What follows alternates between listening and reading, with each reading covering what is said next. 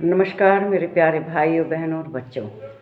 इस समय हम सब गीता के हर श्लोक का गहराई से अध्ययन करना चाह रहे हैं कि वास्तव में उसमें लिखा क्या है, भगवान अर्जुन को क्या समझा रहे हैं और अर्जुन के बहाने हम लोग भी समझ रहे हैं कि हमारा आचरण कैसा हो, हमें भगवान की भक्ति कैसे करनी चाहिए। ये सब श्री कृष्ण भगवान अब अर्जुन को बता रहे हैं और वह हमारे जीवन में किस तरह से उपयोगी है। तो इस श्रीमद् भगवत गीता के अध्ययन क्रम में हम लोग श्रीमद् भगवत गीता अध्याय 15 के श्लोक 7 में आ गए हैं।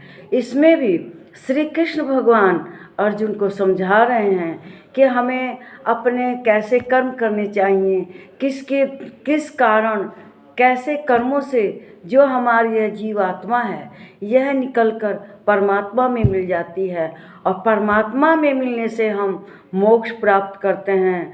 जो ये दुखालय है, ये दुख का घर जो संसार है, इसमें हम लोगों का आना जाना बंद हो जाता है और हम लोग जो हमारी आत्मा है उस परमेश्वर में परम ब्रह्म में विलीन हो जाती है, मिल जाते हैं। हमें कैसे कार्य करने चाहिए, कैसे कर्म करने चाहिए, क्योंकि इसका हिसाब किताब तो होता रहता है। जो हम जन्म लेते हैं, दूसरे जन्म में जाते हैं, हमारी आत्मा दूसरा शरीर धारण करता है, हमारा हिसाब किताब होना शुरू हो जाता है। कैसे हमने कर्म किए, फिर उसके ही आधार पे हमें अगला जन्म या अगली योनि जो भी मिलेगी, हो सके मनुष्य मिल जाए। अच्छा देखिए, श्रीमद् भगवत गीता में श्री कृष्ण भगवान क्या कहते हैं।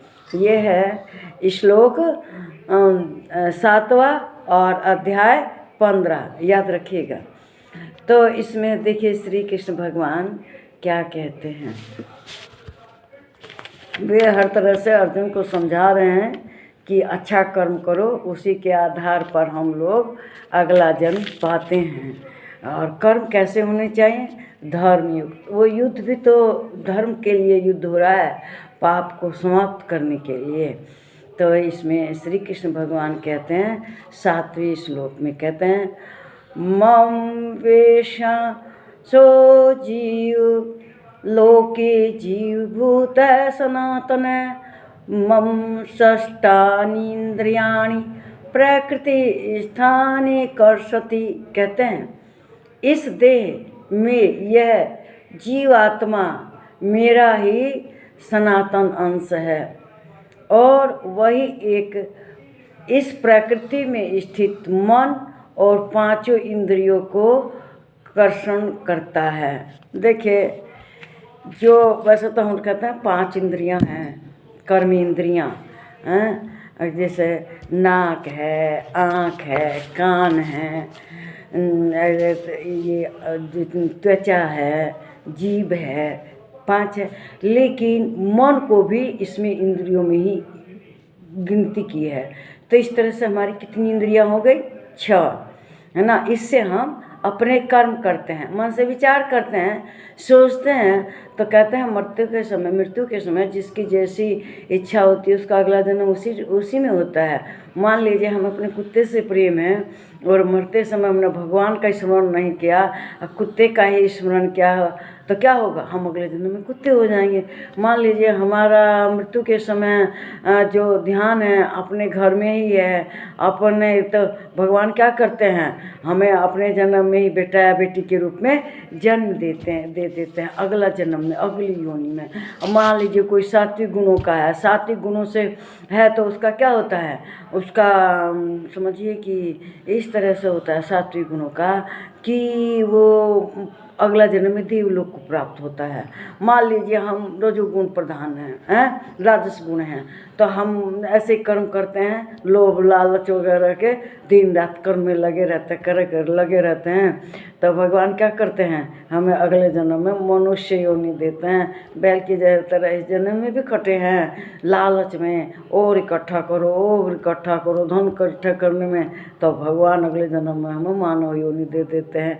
अब मान लीजिए अगले जन्म में हम इस जन्म में तामस गुणी हैं, तामस गुण आलस्य, निद्रा, अपमान, अहंकार वगैरह में घिरे हुए हैं, खराब भोजन करते हैं, बासी दुर्गंध युक्त, तो भगवान क्या करेंगे? अगले जन्म में हमें और कोई दूसरी योनि दे देंगे, कोई दूसरा जीव बना देंगे, कीड़ा मकोड़ा, भैंस, गाय, बैल, कुछ भी बना देंगे दूसरी। तो इस तरह से जो हमारे कर्म हैं, वो जो कर्म हैं और जो हमारे संस्कार हैं, वे सब हमारे अगले जन्म में चले जाते हैं। तो इसलिए श्री कृष्ण भगवान कहते हैं कि जो प्रकृति में ब्रह्म के द्वारा हम जीव, जो हमारी जीव आत्मा है, वह क्या करती है? वो तो भगवान का सनातन अंश है, लेकिन जैसे वस्त्र को बदल के अगले दूसरा वस्त्र धारण करते हैं अयोग्य हो जाने पर इस वस्त्र के, तो इसी तरह जब हमारा शरीर अयोग्य हो जाता है तो आत्मा की प्रवृत्ति है कि वह हमारे कर्म के अनुसार हमें अगला जन्म देती है। और फिर जो परमात्मा में लीन रहता है सात्विक आदमी, उसको ब्रह्म में मिला देती है और फिर वह वापस नहीं आता है। इस तरह से इंद्रियों द्वारा प्रकृति के गुणों का सब कार्य करवाता है।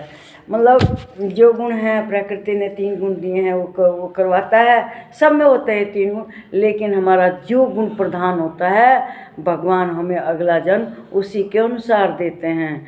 और इस तरह से हम अपनी अगले जन्म में हमारी आत्मा शरीर पाती है हमारे कर्मों के द्वारा।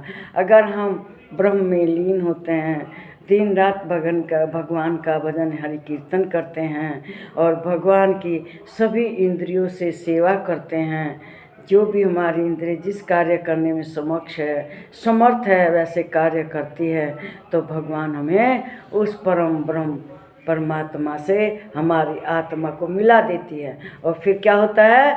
हम मोक्ष प्राप्त कर लेते हैं। जो दुखालय यहाँ आने जाने का सब क्रम समाप्त हो जाता है, फिर हमें बार बार यहाँ आना जाना नहीं पड़ता।